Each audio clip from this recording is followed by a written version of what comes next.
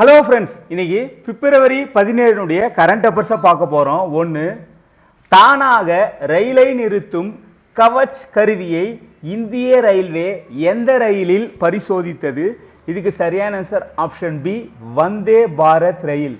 So இதில் தான் பார்த்தீங்கன்னா டெஸ்ட் பண்ணியிருக்காங்க. எங்கே அப்படின்னா எந்த கோட்டம்னா ஆக்ரா கோட்டம். ஆக்ரான்றது தாஜ்மஹால் இருக்குங்களா, ஸோ அந்த கோட்டம் தான் பார்த்தீங்கன்னா இதை வந்து டெஸ்ட் பண்ணியிருக்கு.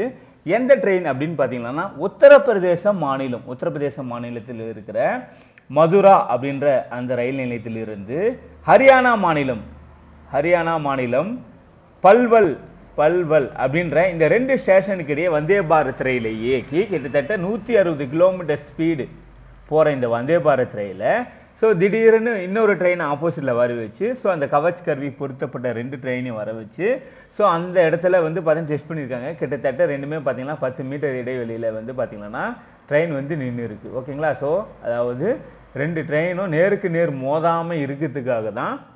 சப்போஸ் டிரைவரே அதை வந்து கண்காணிக்கலை, மறந்துட்டாலும் இல்லை ஒரு வேளை தூங்கிட்டாலும் அப்படின்னாலும் ஸோ பார்த்தீங்கன்னா இந்த கவச் கருவி எதிரில் ஆப்போசிட்டில் வர அந்த ட்ரெயினை வந்து பார்த்தீங்கன்னா ஸோ தடுத்து நிறுத்திடும், ரெண்டு மோதாமல். சப்போஸ் ரெண்டுமே வேறு தவறான பாதையில் ஒரே தண்டவாளத்தில் வரும்போது இந்த கருவி வந்து அதை அலர்ட் பண்ணி ட்ரெயினை முன்னாடியே நிப்பாட்டுறோம். அதான் இந்த கவச் கருவியுடைய முக்கிய நோக்கம். ரெண்டு ட்ரெயினும் மோதாது. ஏற்கனவே ஒடிசாவில் நடந்த நிறைய பேர் இறந்துட்டாங்க இல்லையா, ஸோ அந்த மாதிரி விபத்தை தடுக்கிறதுக்கு தான் இந்த கவச் கருவி ட்ரெயினில் வந்து நிறுத்தும். அவ்வளோதான், தானாக நிறுத்திடும். ரெண்டு ட்ரெயின் மோதுக்கும் போது நேருக்கு நேர் மோதாமல். ஓகேங்களா? நெக்ஸ்ட்டு, தமிழ்நாட்டினுடைய முதலமைச்சர் 2022 தொடங்கிய நான் முதல் திட்டத்தினுடைய நோக்கம் என்ன? இது முக்கியமான ஒரு கொஸ்டினுங்க. நான் முதல் திட்டத்தினுடைய நோக்கம் கேட்பாங்க. அதாவது மாணவர்களின் திறன் ஊக்குவிப்பு.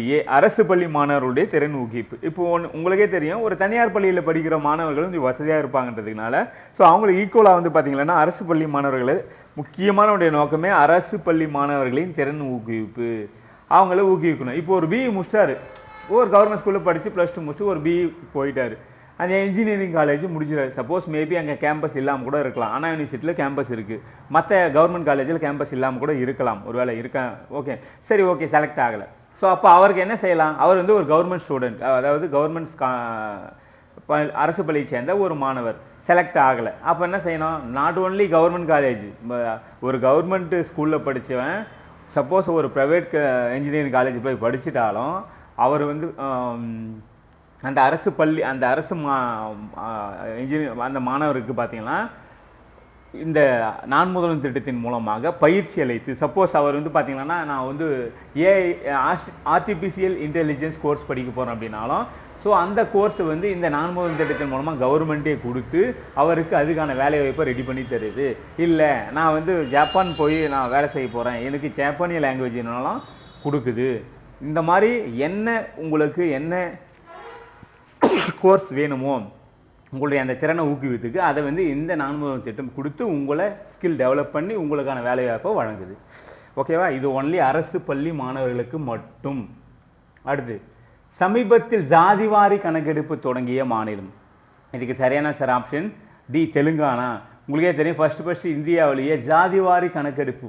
இந்த கேள்வி கேட்கலாம். சமீபத்தில், அதாவது இந்தியாவிலேயே ஜாதிவாரி கணக்கெடுப்பு தொடங்கிய முதல் மாநிலம் எதுன்னு பார்த்தீங்கன்னா பீகார்.